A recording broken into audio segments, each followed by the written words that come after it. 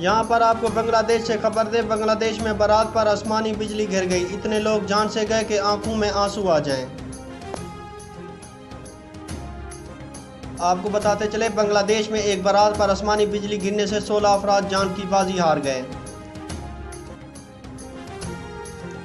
इतलात के मुताबिक शाहबगंज शहर में कश्ती के जरिए बारात पहुंची तो तूफान आ गया। बारातियों ने तूफान से बचने के लिए कश्ती छोड़कर पनाह लेने की कोशिश की तो इसी दौरान इन पर चंद सेकंड में कई बार आसमानी बिजली आ गिरी, जिसके नतीजे में 16 अफराद जाँ बाग हो गए। वाक़े में दुल्हा जख्मी हुआ है।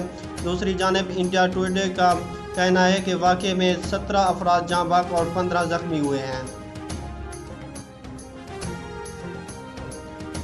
रवां मानसून सीज़न में बांग्लादेश में आसमानी बिजली गिरने के कई वाक़यात रूनुमा हो चुके हैं। गुज़िश्ता हफ्ते कोकस बाज़ार में आसमानी बिजली गिरने से 20 अफराद हलाक हुए थे। बांग्लादेश में हर साल बिजली गिरने के वाक़यात में सैकड़ों अफराद जान की बाजी हारते हैं। हकाम के मुताबिक 2016 में आसमानी बिजली गिरने से 200 अफराद हलाक हुए थे। इनमें वो 82 अफराद भी शामिल हैं जो मई के महीने में एक ही दिन में आसमानी बिजली का निशाना बने थे।